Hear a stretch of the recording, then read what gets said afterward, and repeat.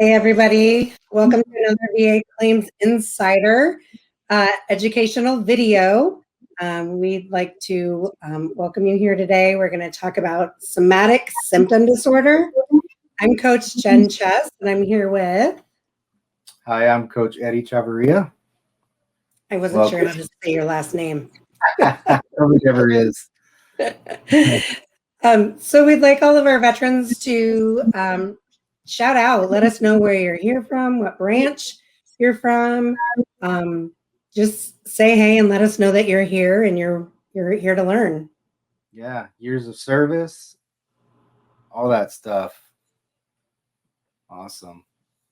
We want all the shout outs. We want to say hey to all of our team members who are here as well. Shout outs to our team. And I think we'll go ahead and get started. Coach Eddie and I have worked on an outline for us to work off of so that we can stay in the game while we do this. And we're going to talk about somatic symptom disorder. I know it's a relatively new term, an actual diagnosis, and it's becoming more and more, people are becoming more and more familiar with the term and the diagnosis, but we kind of want to give a couple other directions to come at it for a full understanding of somatic symptom disorder, how to file for it, and what it really means. Yeah, for sure. It's definitely a new thing, right? Just within the past couple of years, the VA has recognized that, and it is a new diagnosis that a lot of people don't even realize is out there. So we want to help get the information out so that everybody knows what it is, and if they qualify for it, to definitely get what you deserve. And in the past, the VA has rated chronic pain disorder, chronic pain syndrome, and chronic pain syndrome has kind of been thrown into this diagnosis to be all-encompassing, not only the pain, but the emotional fallout that goes along with suffering from chronic pain, or another thing that impacts your lifestyle could be a chronic illness that makes you no longer able to participate in certain aspects of life, work, family, things that bring you joy that you can no longer participate in, maybe because of your chronic pain, but also because of a chronic illness, cancer, bladder or bowel issues, the real lifestyle impact of all of the service-connected conditions. So that's what we're going to talk about as well.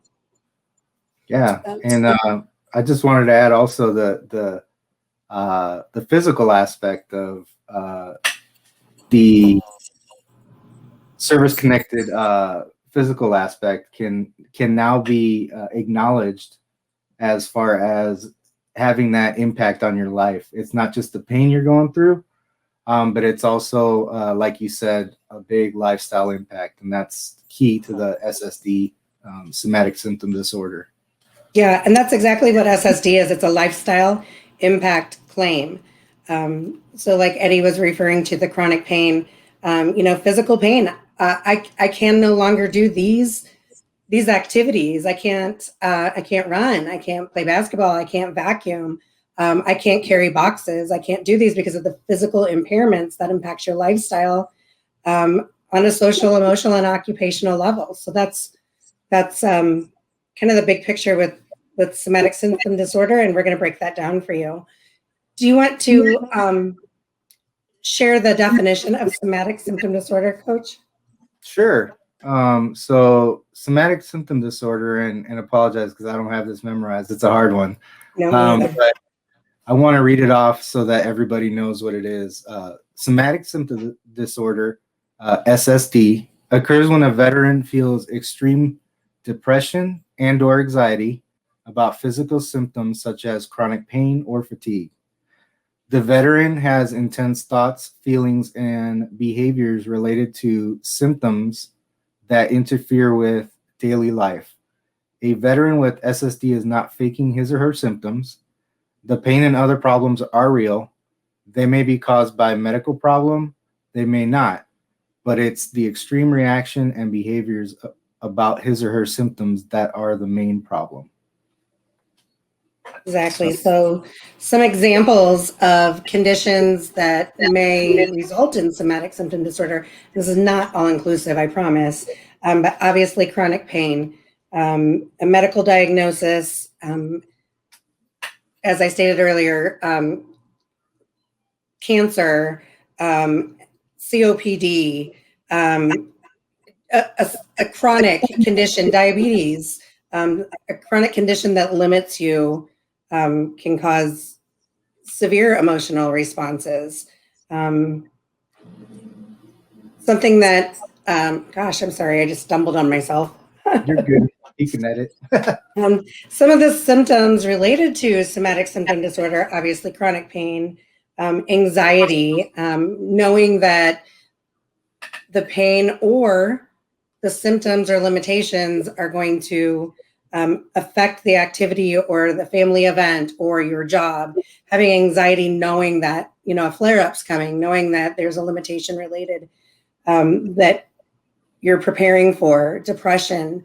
Am I ever going to be right? Am I ever going to be fixed? Am I going to deal with this forever? Or knowing that I'm going to deal with this condition forever causes depression. Remorse, the events that you're missing out on. I missed my kiddo's basketball game because I can't walk up the bleachers. I missed graduation because I can't walk that far from the car. Clearly, remorse and guilt. Isolation, I don't want people to know. I don't want people to see. I just don't want to be around people because I have to deal with this condition. And sleep disruption. We all know that pain causes major sleep disruption, and that causes all of the above: irritability, depression, sadness, and then walking, talking example. Exactly. And then, of course, the suicidal ideations, active or passive. If you just know, I can't live with this.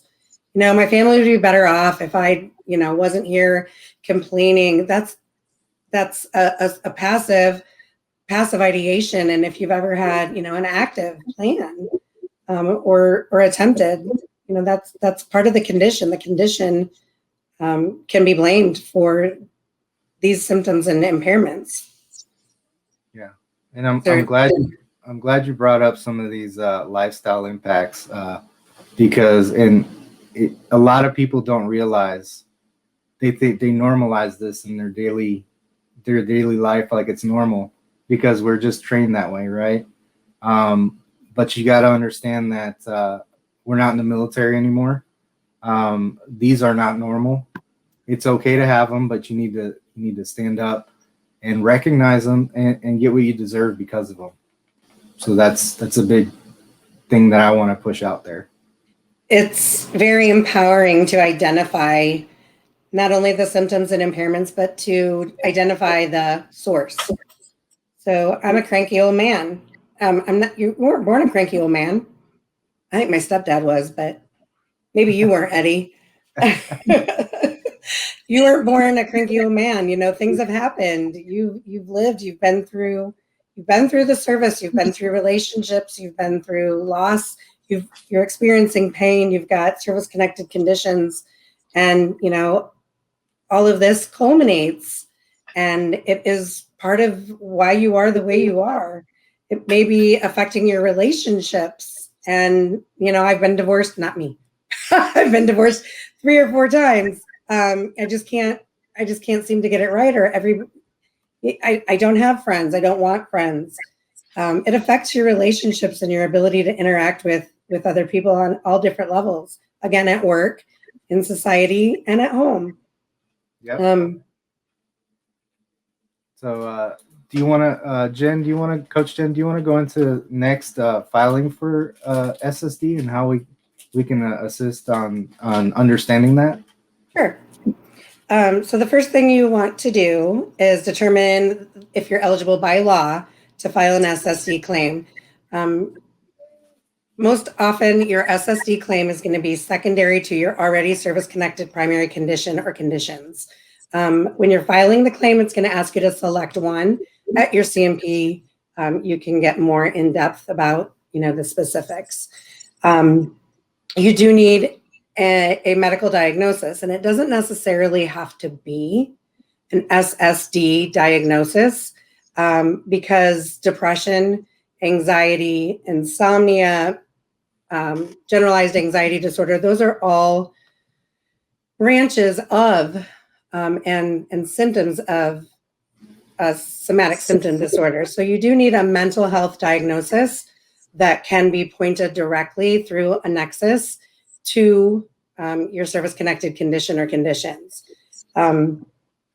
You will need a current complaint of that condition, so of the mental condition. So you may have been diagnosed many, many years ago with major depressive disorder or SSD, but there needs to be current evidence of seeking treatment, of taking meds, of being seen for this condition.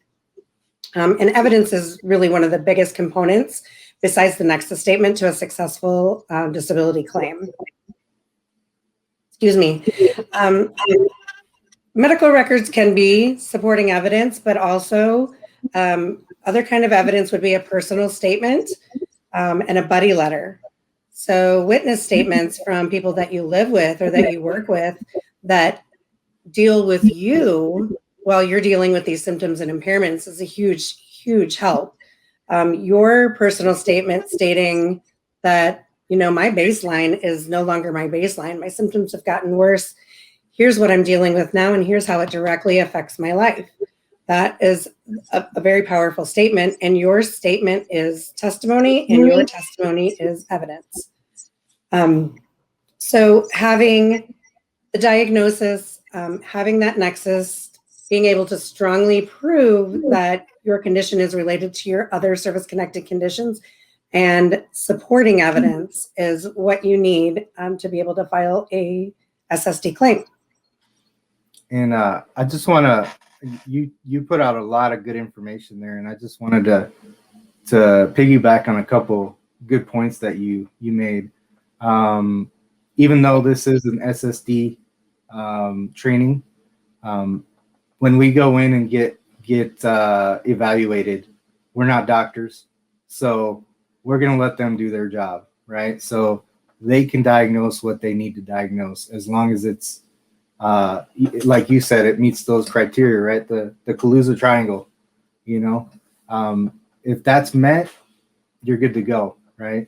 Another thing that is very key, personal statements and buddy letters. Sometimes that fills in some gaps that me personally, I didn't know until I got a buddy letter from a couple of friends and my wife. It's like the outside looking in. You get some of that information, and it's an eye opener, and it can help. So I just wanted to add those little points right there. Absolutely. And I have my veterans, my married veterans, or significant others. I have them when they're reviewing the rating criteria and the 31 symptoms and impairments, and I'll jump back to that in a second, but I have them do that with their significant other, because it could be enlightening. You go through those 31 symptoms and impairments, and you recognize what you believe is applicable to your condition and what you suffer from, but your wife may be like, wait a minute, I see this often. And so it's enlightening, and it opens up a door for some therapeutic conversations sometimes between couples. So I always, recommend, if they've got a supportive person in their life that they can have this conversation with, it's really helpful. But like I was saying about the 31 symptoms, the VA, and a lot of people don't know this, I have a lot of this conversations with my veterans as well. The VA, you need a diagnosis. You do need a mental health diagnosis. You're not rated on your diagnosis. You are rated on specific criteria that the VA has set off of mental health evaluations, and you're rated on those 31 symptoms and impairments. The evidence showing that you suffer from them, and the level of severity, and that level of severity on a social, emotional, and occupational level. So again, in society, at home, and at work. So to quote Dr. John, you could be diagnosed with jelly beans, but as long as you're listing and referencing those 31 symptoms and impairments, you will be rated. And that's exactly how they rate. All of the mental health diagnoses are rated on the same criteria. So that's that's why we always coach to know your symptoms. Be familiar with what's in your medical records and know your symptoms. Exactly. What's next, Coach Eddie? Let's see.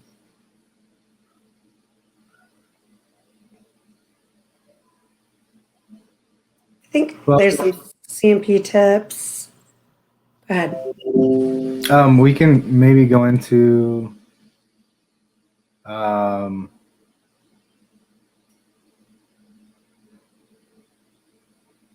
to qualify. So I just wanted to add also to qualify.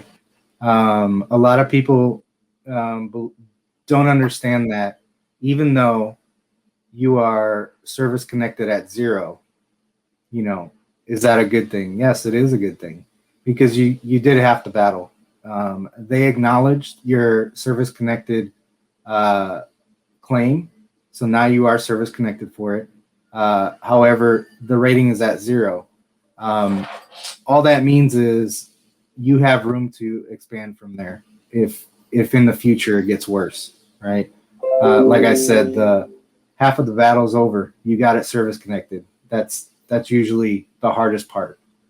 So I just wanted to add that as we're going into explaining SSD as a secondary to any of your already service connected disabilities. And also want to add, if your primary is at 0%, that still counts. You can still have emotional, trauma from a service connected issue that's at 0%. So that's still valid. And I just wanted to point that out as we go forward. I kind of want to use an example, just kind of a sample claim, as if a veteran isn't already rated for a mental condition. So I'm going to use as an example a veteran who has been rated for tinnitus, for a lower back strain, and a wrist injury. Okay, so all of those conditions. Actually, I'm gonna take out the wrist, and I'm going to add diabetes. So say our veteran is rated for all 3 of these. Obviously, all 3 of them have different levels of impact on your lifestyle. Okay, the tinnitus causes the anxiety and the sleep disruption, clearly, and that impacts you because you're irritable. You have lack of focus, lack of motivation. It impacts you on several levels. Then you have your back strain, chronic pain. There's your physical limitations. I can't do this, I can't do that, I can't do the steps, and it's progressive. It's going to get worse. It's continually getting worse. And your diabetes, you have to take meds all the time. You have to check your blood all the time. You can't enjoy, the same dinner at sometimes as everybody else. Again, it's progressive. So all of those impact you on a different level. I'm dealing with all of these. Plus, I'm a veteran. I saw some shit, and I struggle sometimes. So, what do you do? Okay. Well, clearly you've got service connected conditions that impact your lifestyle. What we're going to do? We're going to get a psych eval. We're going to get you a diagnosis and a nexus. We have a network of providers that we refer to. And you also likely have your own provider or go through the VA. The very first step is to obtain a diagnosis. So whether it is SSD, whether it is PTSD, anxiety, you just need to get that condition diagnosed. If you go through your own provider, you can use a very strong personal statement to try and provide that nexus, to try and draw that connection in your own words with your own examples. Or again, our providers, the providers that we refer to, can do both. Issue that diagnosis using the same criteria that the VA rates on and issue that nexus statement. And it's up to them. They can decide, hey, these symptoms and impairments are definitely at least as likely as not related to these already rated conditions or an experience or an incident in service. So we can make sure that we're getting an accurate diagnosis and an accurate nexus to get that condition connected for you. That's going to be submitted as evidence. Still get your buddy statement, still use a personal statement, tell your story, and submit that claim. So all of this is going to be the evidence that you need: diagnosis, nexus, and supporting evidence. That's how you file an SSD claim. In most cases, again, with all the evidence, you're going to be successful. That's my example as far as trying to get a successful claim filed for SSD. And what does Brian Reese say? Get your butt to the doctor. Get your butt to the doctor. In there, get help, because that's what it's all about too. Get help and get diagnosed and get that treatment. Now you're building that evidence. Now you're getting your claim a little meatier. Then, like Jen said, once you get that diagnosis, you look for a nexus, and that could be done in several ways, and we can assist on that. But yeah, getting that diagnosis and getting that treatment, and relating it to an already service-connected disability or a traumatic event that happened during the military, those are all the key factors in getting a successful claim, especially in mental health. So, and yeah. Just a little addendum. So when you're rated on, I'm going to use a knee ankle for an example. If you're rated on an ankle, you're rated on your painful motion. So you're measured on your flexion, your extension, and your rotation. And where that hurts, the chronic pain for your ankle, that pain that you feel when you're not flexing, you're not extending, and you're not rotating, that is compensated in your SSD claim.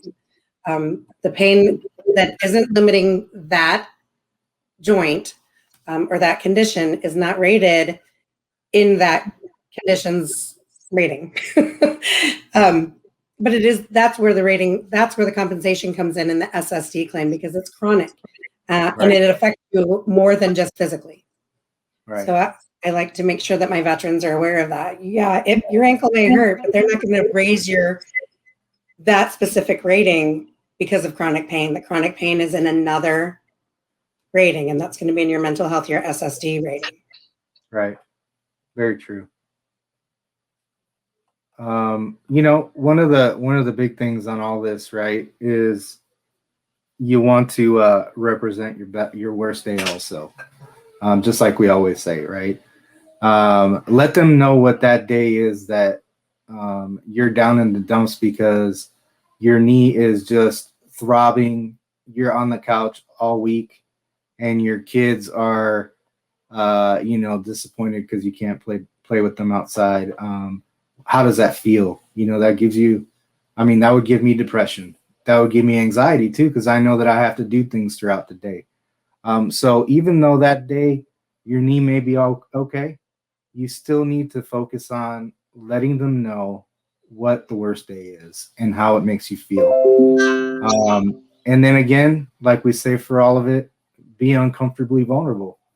All these symptoms, for instance, the depression, suicidal ideations, it might be embarrassing or even regretful to say, but you need to get it out so that they know what you're going through and they rate you accordingly. Because if you don't tell them, they won't write it down. I always say that. Yep. Again, represent your worst day and be vulnerable. You may have things that you have said or done because of your irritability or your tendency to rage or your remorse but these examiners are the people that you want to share that with. It's not going in a public record. It's not going to be used against you. It's going to be used to benefit you. So if you're going to ever bear all, share all, this is where you want to do it. Even if you're in there and you feel like the examiner doesn't believe you or doesn't have time for your story, tell it. Tell it. Tell it as if it's the kind of day that you would see a doctor. That's your worst day. That's the day you want to represent. Your saddest, your maddest, your most inappropriate. The day that you can't, the third day that you can't take a shower. Not that you don't want to take a shower. I can't. I'm so stressed out. I'm in so much pain. I'm just so over it. I can't even take a shower. Yep. Those are the days that you represent for your CMP and for your psych eval. Exactly. And another point I wanted to touch on is a lot of people don't know the rating scale. Knowing a rating scale is key because it lets you know what the VA is looking for at certain percentages so that you know where you deserve to be, so that the fight's not over until you get what you deserve. For example, with mental health, it's ratings from 0 all the way to 100, right? Going from 10, 30, 50, 70, and 100. You need to read through those, analyze your life and your story accordingly, and fit yourself in one of those ratings. And if you're with us, you get with your coach, you get a good strategy, you go through some of the classes that we offer, and you start to understand and know how to tell your story in order to get that and what you deserve. I preach that to my veterans also, because if you don't know, you don't know. So you're just going to be talking about maybe things that don't relate. So I'm going to take this opportunity to pitch our Mental Health Monday class for our enrolled veterans. Our Mental Health Monday class is geared specifically towards our veterans who are prepping for a psych CMP or a psych eval or IMO. Two coaches do the presentation, and it's the same presentation. We go over the 31 symptoms and impairments. And after, for a Q&A, in most cases, our SVC, Dr. John, who is a retired psychologist, he's there. He doesn't do therapy and he doesn't make recommendations, but he helps people with understanding the questions that they have. He puts a lot of things in layman's terms, and it's really comforting to have him in there. But I always encourage my veterans to attend a call. The Q&A is where all those one-offs are going to be. Q&A is where you're going to pick up the most confidence and really kind of know exactly what to expect, both for the psych eval and the CMP. So there's a lot of value in those Mental Health Monday classes. And it's a forum, it's a lot of people that are, treading the same waters. I'm not going to say in the same situation, but definitely treading the same waters, prepping for the same situation. So there's a lot of value in that, the development of that class. Yeah, I totally agree. And I also want to add that it's definitely a safe space that we offer. It's fellow veterans and veteran spouses that are coaches and such. Everybody understands the situation, even though everyone's situation is different. So there's no judgment. And I really, really enjoy those classes. I learn a lot from them also. And I've been here over 6 months. So it's a great class that we put on Mondays. And that's just one of the classes that we offer. We usually offer 3 classes per day, sometimes more, I think on Wednesdays. And then we always have one on Saturday, noontime. So if you're enrolled, please get with your coach, get the class schedules, and join as many and as often as you can. You'll just get more knowledge out of it. Absolutely. Again, the Q&A, even if you attend the CMP prep or, the claim filing, the Q&A is always a free-for-all. So you're never prepared for the questions. And I still as well. I still learn tips and tricks from the Q&As every time. And all of us coaches attend regularly. So, I mean, we're in there. You may bump into your coach in one of the forums. So little sidebar there.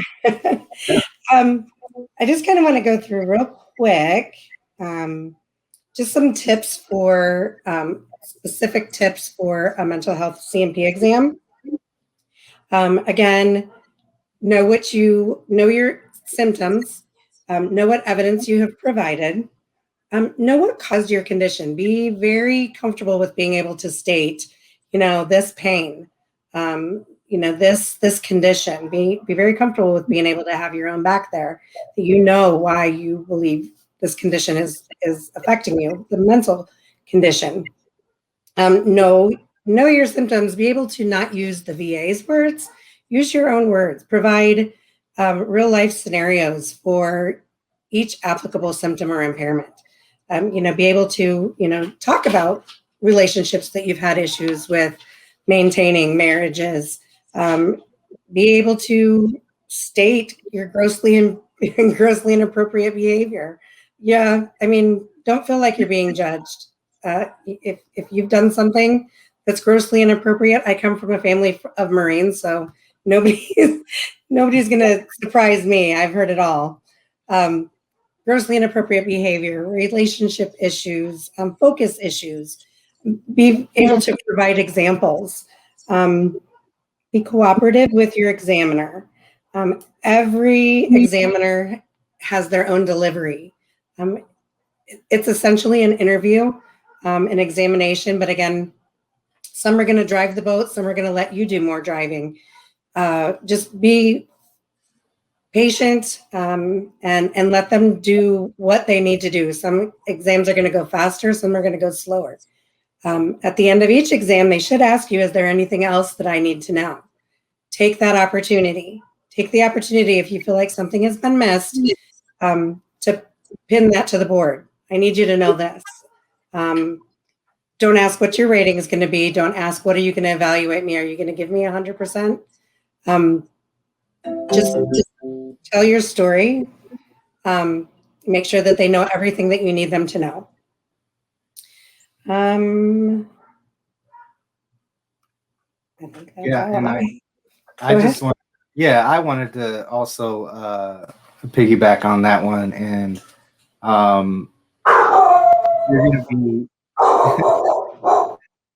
you're going to be in an environment where they will most likely take charge and ask questions. However, be prepared to be professionally in charge also. It's your claim.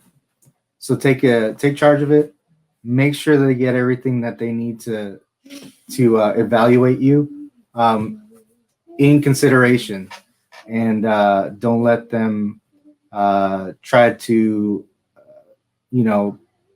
take that situation and kind of gear it some other direction. You take charge of it and be professional and be respectful, and you should be good to go. I just want to remind our veterans that SSD is not just about chronic pain. It's the lifestyle impact of your service-connected conditions. Pain can be part of it, but the limitations that your service-connected conditions put upon your lifestyle is really what SSD is for, the emotional fallout. Yep. Totally 100% agree. Please, if you're a member, get with your coaches, get the resources prior to going through these evaluations so that you're comfortable and you're prepared, because those are the two things that are going to make you successful, and do you have anything else to add, Jen? I think I don't. Just stay connected. Let us know where you're, if you haven't done so yet, let us know where you're coming in from and where you served and years of service. And we'll hope to see you soon, and hopefully as clients. Absolutely. Thanks everybody for joining us. We do look forward to serving you. Thank you all.